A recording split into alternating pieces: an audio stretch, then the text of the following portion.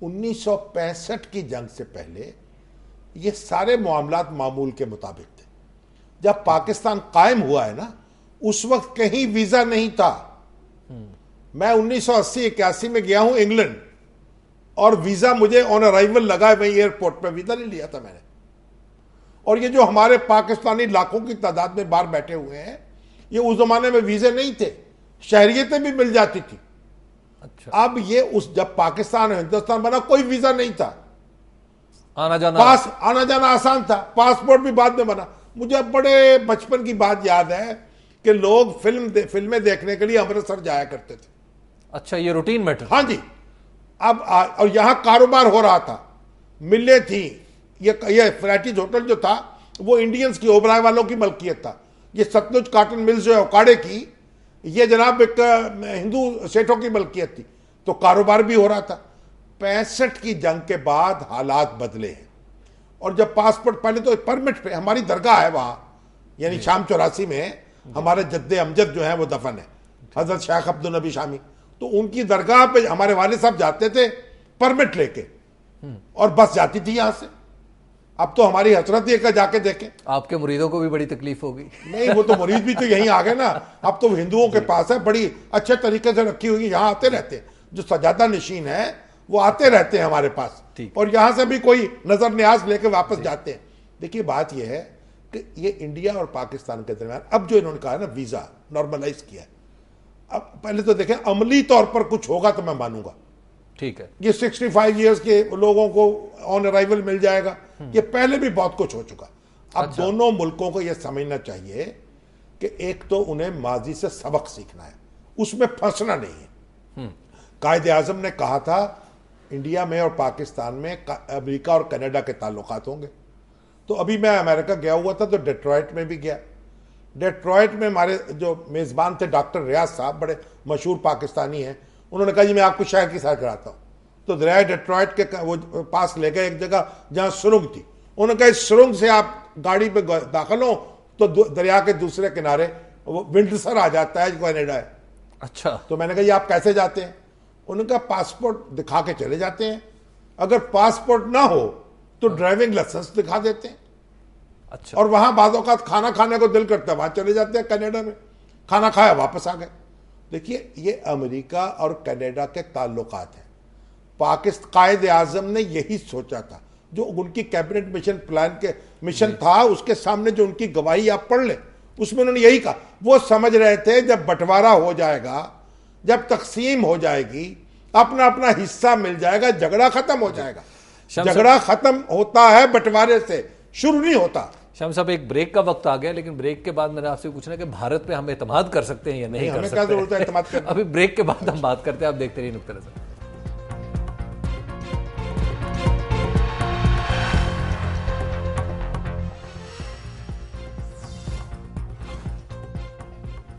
نقطہ نظر میں ایک بار پھر خوش آمدید گفتگو ہو رہی ہے پاک بھارت تعلقات پہ. شامی صاحب, جو منموہن سنگھ ہیں وہ بھی کہتے ہیں کہ پاکستان کے کسی گاؤں سے تعلق رکھتے ہیں, گاؤں سے.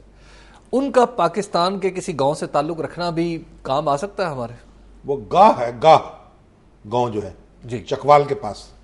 جی چکوال کے پاس, جی بالکل ٹھیک ہے. وہ جو ہمارے پرویز الہی صاحب کی حکومت تھی نا, اس میں انہوں نے بڑے کچھ اسکول بنوایا تھا, کوئی ایک چھوٹا ہاسپٹل بھی بنوایا تھا ان کے اعزاز میں, اور کافی اس کو اپلفٹ کیا تھا اس گاؤں کو. جی, پتہ نہیں اس کے بعد کیا ہوا. تو اب یہ کہتے ہیں جب منموہن سنگھ یہاں آئیں گے تو اپنا گاؤں دیکھنے آئیں گے. جیسے پرویز مشرف صاحب گئے تھے نا وہ نہر والی حویلی دیکھنے کے لیے, جی, تو اس میں پھر ڈپلومیسی بھی ہو گئی. تو وہ بھی آپ کہتے ہیں کہ وہ جناب اپنا گاؤں دیکھنے آئیں گے. تو ابھی تک وہ ان کی ہمت نہیں ہو پا رہی. وہ کہتے ہیں کہ جو ممبئی والے لوگ ہیں نا ان کے بارے میں کوئی پیش رفت کریں. اچھا, وہ جو حافظ سعید وغیرہ کے بارے میں, وہ جو وہ کیا ہے وسیع اجمل قصاب, وہ دوسرے اجمل قصاب تو ان کے پاس ہے, جو صاحب ہمارے ہاں جو لوگ ہیں. جی جی. دیکھیے بات یہ ہے کہ پاکستان اور ہندوستان کو یہ سمجھنا چاہیے کہ ایک بات تو یہ ہے کہ ہمیں مسائل حل کرنے ہیں. ٹھیک ہے, کشمیر کا مسئلہ بھی حل کرنا ہے, لیکن اس طرح کا حل جو ہماری بھی فیور میں ہو, جو قابل قبول ہو, جو سب کو قابل قبول ہو. جی, سر کریک جو ہے اس کا مسئلہ بھی حل کرنا ہے. یعنی وہ جو ایک سمندر کی وہ دلدل کی پٹی ہے, اس کا بارڈر ہی طے نہیں ہو رہا, کہ اس میں کہتے ہیں کہ بے شمار اس میں جناب نیچے گیس ہے اور تیل ہے. ٹھیک ہے. ہاں اس پٹی پہ جھگڑا ختم نہیں ہو رہا. پاکستان کہتا ہے بھائی 1914 کے معاہدے کے مطابق یہ سندھ کا حصہ ہے, یہ گجرات کا حصہ نہیں ہے. وہ انڈیا مان کر دے نہیں رہا, اور اس کے قریب آپ دیکھا 1965 میں رن کچھ کی لڑائی ہو چکی ہے وہاں. بالکل. تو اب وہ سر کریک کی جو پٹی ہے, اور آپ کہتے ہیں کہ جناب بین الاقوامی ثالثی کروا لے, ہم نہیں کرواتے, وہ بھی طے کرنی ہے. سیاچن سے بھی فوجیں واپس بلانی ہے, اور کشمیر کا معاملہ بھی حل کرنا ہے. تو یہ بات یہ ہے کہ دل کشادہ کریں. ویزوں پہ ٹھپے لگنے سے کچھ خاص حاصل نہیں ہوگا, دل اگر ویسے رہے. اگر دل جو ہے نہیں ملیں گے تو پہلے تو ہم اکٹھے ہی رہ رہے تھے نا جی, لیکن اس وقت تو کوئی ویزا نہیں تھا, پھر تقسیم کیسے ہو گئی ہے نا. ملنے جلنے سے یہ مسائل حل نہیں ہوتے, مسائل حل کرنے پڑیں گے, یہ سمجھنا چاہیے. لیکن اس وقت کانگریس کی جو پولیٹیکل سچویشن ہے وہاں پر, اور یہاں پر جو ہماری پارٹی, یہ بھی اپنی الیکشن کے قریب جا رہی ہے پیپلز پارٹی, کیا یہ کوئی میننگ فل کام کر سکتے ہیں؟ نہیں, دیکھیے بہت توقعات تو نہیں لگانی چاہیے, لیکن ایک بات یہ بات غور کرنے کی ہے کہ جو یہ نان سٹیٹ ایکٹرز آ گئے ہیں نا جی, جو کہیں بھی کوئی کارروائی کر سکتے ہیں, اب بھارت اگر یہ چاہے گا کہ ان کا سدباب جب تک نہیں ہوتا اس وقت تک بات آگے نہیں بڑھے گی, تو ان کو یہ اجازت نہیں ہونی چاہیے کہ یہ تعلقات کو یرغمالی بنا لے. ٹھیک ہے. کیونکہ کوئی بھی شخص کسی وقت میں کچھ, پاکستان میں آپ قابو نہیں کر سکتے, کتنے دھماکے ہوتے ہیں. اگر آپ کے قابو میں یہ نان سٹیٹ ایکٹرز ہوں جی, تو یہ بلوچستان میں, یہ پنجاب میں, یہ سندھ میں یہ تماشے ہو رہے ہوں, سرحد میں جو ہو رہے ہیں, تو یہ تو خود ہمیں ان سے خطرہ ہے.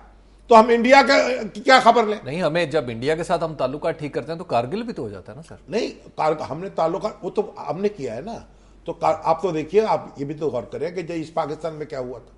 اگر ماضی کی باتیں آپ شروع کریں گے, مکتی بانی کس نے بنوائی تھی, اور لاکھوں افراد مکتی بانی نے مارے, ریپ کی عورتیں بہاری اور یہاں کی ویسٹ پاکستان کی, اور پھر وہ ان کی قبریں کھودیں اور نام لگا دیے پاکستانی فوج کے. اب تو تحقیق ہو رہی ہے, ساری چیزیں سامنے آ رہی ہیں.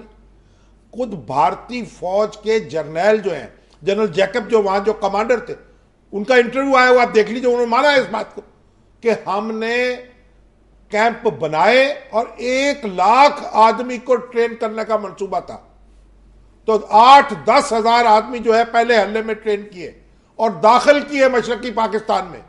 انہوں نے سبورسو ایکٹیویٹی کی.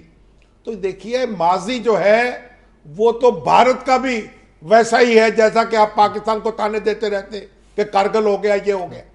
تو اب اس سے سبق سیکھنا ہے, اور سبق سیکھ کے آگے بڑھنا ہے. دونوں ملک اس بات پر غور کر لیں, منموہن سنگھ بھی ذرا تگڑے ہوں اور زرداری صاحب بھی تگڑے ہوں. اور میں نے سنا ہے کہ وہ کہہ رہے تھے کہ بھئی ہم منموہن سنگھ تو پاکستان آ جائیں, لیکن راجہ پرویز اشرف صاحب رہیں گے. کرشنا کے ساتھ جو لوگ آئے ہوئے تھے نا, وہ یہ سوال کر رہے تھے, اپنے خود کر رہے تھے, بھائی یہ تو سپریم کورٹ کیا کرنے والی ہے. تو پاکستانی اخبار نے کہا بھائی راجہ پرویز اشرف کے بارے میں تو ہم کچھ نہیں کہہ سکتے, لیکن ہیرا ربانی کھر جو ہے نا وہ وزیر خارجہ رہیں گی. ٹھیک ہے, آپ اس کی پریشانی نہ کریں. ہم کو اور بندہ بھی ہے, ہمارے پاس بہت سارے لوگ ہیں, بڑے ہمارے پاس پڑے ہوئے ہیں جناب. اب یہ ہے کہ راجہ صاحب جو ہے وہ چین گئے ہوئے ماشاءاللہ اس وقت, بالکل, اور چین جانے کے بہانے ان کو مہلت مل گئی تھی. اب سپریم کورٹ نے کیا کرنا ہے, تو جب سپریم کورٹ ان کے ساتھ کیا کرے گی تو منموہن سنگھ کہاں دورے پہ ابھی فوری طور پر آئیں گے. لیکن شاہم صاحب منموہن سنگھ تو میں آج پڑھ رہا تھا کہ وہ خود ایک سکینڈل کی زد میں. نہیں, وہ خود ان کی ذات پر کوئی سکینڈل نہیں ہے, وہاں بھی کرپشن کے سکینڈل چل رہے ہیں. بھائی جب بات یہ ہے, ادھر ہمارے صدر صاحب تو یہاں یہ بڑے صدر صاحب پر تو کوئی سکینڈل کا الزام ابھی نہیں, تازہ نہیں لگا, تو پرانے لگا رہے. وہ تو سارے سکینڈل جو تھے ان کا پٹارا وہ یوسف رضا گیلانی صاحب کے سر پہ رکھ دیا گیا. اب وہ بھی چیختے پھر رہے کہ جناب یہ میرا بچہ, تو کہتے ہیں اب موسیٰ تو تھا برطانیہ میں تھا جس وقت یہ اپنا F-18 کا سکینڈل ہوا ہے. لیکن بہرحال جب بھی تحقیقات ہوگی تو پتہ چلے گا. بعض اوقات یہ دیکھیے, یہ جو سکینڈل ہے نا, بعض اوقات یہ بھی ہوتا ہے نا کہ ایک آدمی کا کیا دوسرے کے نام لگ جاتا ہے. لیکن سوال یہ ہے کہ جو ارباب اقتدار ہیں وہ کارروائی کیوں نہیں کرتے ملزموں کے خلاف. جب الزام لگتا ہے کسی افسر پر کسی شخص پر تو اس کو پروٹیکشن کیوں دی جاتی ہے؟ یہی بھٹو صاحب نے کیا تھا. جب ایف آئی آر ان کے خلاف درج ہوئی تو تحقیقات نہیں ہو پائی مقدمے کی, اس کی اجازت نہیں ملی, وہ ٹریبیونل قائم ہوا, اس کی سفارشات پہ عمل نہیں ہوا, وہ آپ بڑی مشکل سے دستیاب ہوئی ہیں کہ نہیں ہوئی, ابھی تک اصل کاپی نہیں ملی ان کی.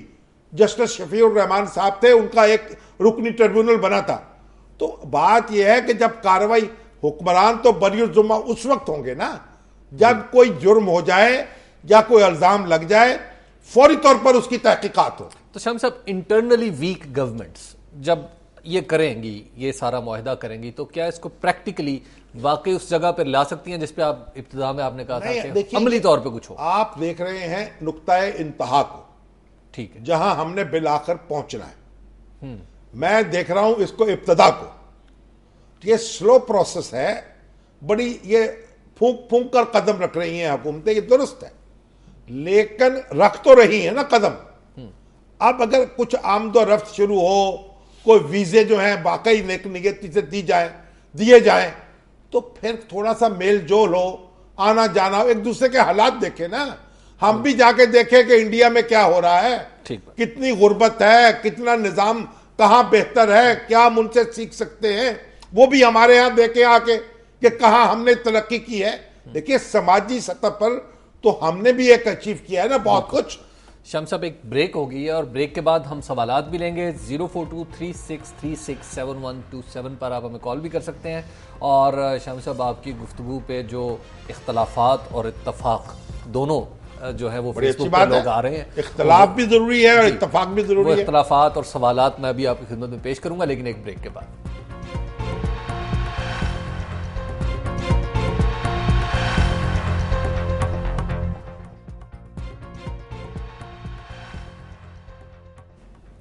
نقطہ نظر میں ایک بار پھر خوش آمدید. آپ کے سوالات کا سیگمنٹ ہے یہ. شامی صاحب, نفاست راؤ صاحب یہ سوال کر رہے ہیں اور بڑا دلچسپ سوال ہے. یہ کہتے ہیں جی فیصل رضا عابدی صاحب آج کل ٹکٹ لے کے گھوم رہے ہیں ارسلان کے جو اپ گریڈ ہوئے, اور 5 لاکھ روپے انہوں نے پی آئی اے کو نہیں دیا. یہ کوئی سپریم کورٹ کا فیصلہ تھا کہ یہ اپ گریڈ کر دیا جائے؟ نہیں, لیکن ظاہر ہے نہیں, آپ کو فیصلہ کیا سپریم کورٹ نے؟ نہیں, سپریم کورٹ نے تو نہیں کیا, لیکن افتخار چودھری صاحب نے کو حکم جاری کیا تھا کہ یہ اپ گریڈ کر دیا جائے. بھائی جس نے اپ گریڈ کیا اس کو پکڑے. نہیں, جس طرح موسیٰ کی کال انٹرٹین ہو جاتی ہے, بھائی ارسلان کی بھی ہو جاتی ہے. ایسا نہیں ہوتا. آپ کبھی پی آئی اے میں اپ گریڈ ہوئے نہیں نا. یہ جب سیٹیں خالی ہوتی ہیں نا ایگزیکٹو کلاس میں, جی, تو وہ جو اکانومی کلاس کے بعض لوگ جو ہیں, اگر اسٹیشن کمانڈر چاہے یا اسٹیشن انچارج جو بھی ہوتا ہے انچارج, یا پائلٹ چاہے, اچھا, تو وہ اپ گریڈ کر سکتا ہے کسی مسافر کو بغیر پیسے کے. بغیر پیسے کے, بشرطے کے نشستیں خالی ہوں. ٹھیک ہے بھئی, اگر کوئی نہیں آیا تو خالی بھی تو جانا ہے نا جہاز میں. ہاں, کسی کی نشستیں یعنی خراب کر کے تو نہیں دی گئی نا ان کو. تو یہ فیصل رضا عابدی صاحب جو اصل میں یہ ڈی گریڈ ہوئے ہیں, ان کو اپ گریڈ ہونے کا پتہ نہیں ہے. تو یہ پی آئی اے کے حکام جو ہیں ان کا یہ اختیار ہوتا ہے, اور انہوں نے اگر مسکا لگانے کے لیے ان کے بیٹے کو خوش کرنے کے لیے ان کی سیٹیں اپ گریڈ کر دی تو کر دی. اگر رولز کی خلاف ورزی میں کوئی کام کیا ہے تو ان کو پکڑے, اور اگر رولز کے مطابق کیا ہے تو اعتراض کیا ہے؟ پھر فیصل رضا عابدی کو پکڑے. ان کو پکڑے. دیکھیں 5 لاکھ جو ہے نقصان ہو گیا. اور بھی نقصان کیسے ہو گیا؟ سیٹیں تو خالی جا رہی تھی, مسافر تو اتنے ہی تھے. عبد الحنان صاحب ہیں حاصل پور سے. جی السلام علیکم عبد الحنان صاحب. جی وعلیکم السلام. شامی صاحب سے میری ریکویسٹ ہوگی کہ میں صرف 20 سال کا ہوں, اور جب 1992 میں جب میرے پاپا سعودیہ سے آئے, اور 1994 میں میرے چچا نے ان کا مرڈر ان کا کیا, اور ان کا نام افضل فضل دین ہے, اور 1994 سے لے کے 2002 تک انہوں نے الزام لگایا میرے ماموں پر کہ یہ ان میں ملوث ہے, انہوں نے قتل کروایا ہے. انہوں نے جیل کاٹی, عدالت نے ان کو باعزت بری کیا کہ اس میں ملوث نہیں ہے, اور 1994 سے لے کر 2000 تک میری مما کا کیس چلا, اور اس میں بھی عدالت نے ان کو باعزت بری کیا. بیٹے آپ کیا کہنا چاہتے ہیں آپ؟ میری ریکویسٹ اتنی ہے کہ میری مما نے 2011 کو پی ایم آن لائن کو ریکویسٹ کی, اور انہوں نے کہا کہ ہم آپ کی مدد کریں, لیکن کوئی مدد نہیں کی. اب مما کو مجھے جان کی دھمکی دے رہی, میرے چچا صرف 3 کنال 7 مرلے زمین ہے, ہر چیز اس کی منظور ہے, دیکھیں آپ کوئی نہیں سن رہا ہے. آپ ایسا کریں, آپ کی بالکل جو میں نے کہانی سنی ہے بہت ہی افسوسناک ہے, آپ کی مدد یقیناً ہونی چاہیے, اور میرا خیال ہے کہ آپ کا ٹیلی فون نمبر یہاں آ گیا ہوگا. اس کے بعد ہم آپ سے رابطہ کریں گے اور دیکھیں گے آپ کے لیے کیا کیا جا سکتا ہے. انصر صاحب ہیں ڈی جی خان سے. جی السلام علیکم انصر صاحب. وعلیکم السلام جناب. شامی صاحب, رات ہماری قیامت صغریٰ بن کر گزرے. کوسا سردانوں نے وڈور کے بند توڑ کر شاید اپنی املاک تو بچا لی ہوں گی, مگر ہمارے بچے ڈوب گئے. ہماری مدد کو نہ وزیر اعلیٰ آیا نہ کوئی انتظامیہ. لوگوں نے اپنی مددات کے تحت لوگوں کو نکالا. میری التجا یہ ہے کہ ایسے بے اس وزیر اعلیٰ کو فوٹو سیشن کے لیے ڈی جی خان نہ آنے دیں, کیونکہ ہم کوئی تماشا نہیں ہے. لاہور میں سیوریج بند ہو جائے تو وزیر اعلیٰ سڑکوں پر ہوتا ہے. ہمیں بتایا جائے کہ ہماری زندگیاں لاہوریوں سے کم تر ہیں. دیکھیے آپ کے جذبات سمجھ میں آتے ہیں. جو کچھ آپ کے ساتھ ہوا ہے, جو آپ کہہ رہے ہیں, اس کی تحقیقات ہونی چاہیے. اور ظاہر ہے کہ یہ بارش جو آئی ہے اور یہ جو صورتحال پیدا ہوئی ہے آپ بتا رہے ہیں, یقیناً حکومت کو اس کا نوٹس لینا چاہیے, وزیر اعلیٰ کو بھی نوٹس لینا چاہیے, اور تحقیقات بھی ہونی چاہیے, اور دیکھنا چاہیے کہ آپ کے الزامات میں کس قدر سچائی ہے. بعض اوقات چیزیں اڑ جاتی ہیں, ان میں سچائی اتنی نہیں ہوتی جتنی مشہور ہو جاتی ہے. تحقیقات کے بعد کارروائی کی جانی چاہیے. لیکن جہاں تک آپ کے ریلیف کا تعلق ہے, آپ کو امداد کا تعلق ہے, حکومت پر لازم ہے کہ فوراً سے پیشتر حرکت میں آئے. سمی صاحب ہیں امریکہ سے. جی السلام علیکم سمی صاحب. جی السلام علیکم شامی صاحب. وعلیکم السلام. جی پروگرام دیکھتا مطلب یہ آپ کا پروگرام یہاں پہ دیکھتا بھی ہوں, اور آفاق خیالی صاحب کو جو پاکستان پوسٹ چھپتا ہے اس میں آپ کے کالم بھی میں پڑھتا ہوں مطلب پابندی سے. ابھی آپ نے مختلف ٹاپک سے بات کی تو میں صرف تھوڑا سا ٹائم بات کروں گا بلوچستان کی. آپ جلدی نہ فرما دیں جلدی. جی میں یہ کہنا چاہ رہا ہوں کہ بلوچستان میں آپ یہ دیکھیں جب مفتی صاحب زندہ تھے تو آئی ڈیز دیکھ کے نان بلوچیز کو اسپیشلی پنجاب کے لوگوں کو مارا گیا وہاں پہ بلوچستان, اور سوئی گیس کی تنصیبات پہ جو حملے کیے گئے, اور آپ جا کے پہاڑوں میں بیٹھ گئے. یہ پتھروں کا زمانہ تو ہے نہیں. اور جب اس کے بعد میں ایجنسی نے کارروائی کی تو ایک فرد واحد جنرل مشرف کو جو ہے مورز الزام پھیلا کے یہ اس قسم کی باتیں کرتے ہیں, جبکہ ایجنسیز جو ہے اپنے ملک کے اور عوام کے لوگوں کے لیے بھلائی کا کام کرتی ہیں, جو ملک کے خلاف کام کرتے ہیں ان کے خلاف کام کرتی ہیں. آپ کی بات درست ہے, لیکن اس میں بے حکمتی یہ کی گئی کہ مفتی صاحب نشانہ بن گئے. عام طور پر جب بھی ایسی کارروائی کی جاتی ہے کوشش کی جاتی ہے کہ جو لیڈر ہوں ان کو گزاند نہ پہنچے. تو باقی تو آپ کی بات میں وزن ہے اور آپ کا ایک اپنا نقطہ نظر ہے, اس پر بھی غور کرنا چاہیے. بشارت ملک صاحب اور شعیب وڈائچ صاحب ان دونوں نے ایک ہی سوال کیا ہے. یہ کہتے ہیں جی کہ کیا پاکستان اور بھارت یورپی یونین کی طرح مل کر کچھ ارینجمنٹ کر سکتے ہیں؟ او بھائی ابھی تو یورپی یونین خود کڑچ ہو رہی ہے. وہاں جو اتنے بڑے مسائل پیدا ہو گئے ہیں یونان کے, اسپین کے, اٹلی کے, کہ وہ ان سے سنبھالی نہیں جا رہی. ہمیں کوئی اس طرح کی مثالیں دینی نہیں چاہیے, ہمیں اپنا ماڈل بنانا چاہیے.